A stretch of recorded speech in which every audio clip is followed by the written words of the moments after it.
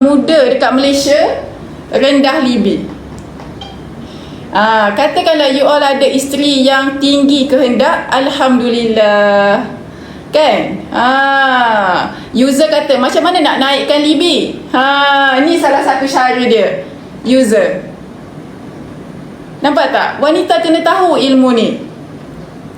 Roslinda, tengok Kak Roslinda kata lepas bersalin jadi low libi. Kan Kak Roslinda kan? Bukan Kak Roslinda tak sayang suami. Betul kan Kak Roslinda kan?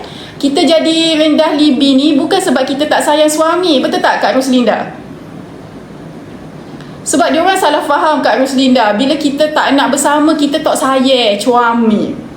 You salah faham kerana Kak Roslinda. Kan? Kita bukan tak sayang suami. Kita bukan tak sayang keluarga kita, bukan. Kan? Letih mustaqim. Kebanyakan wanita sekarang letih.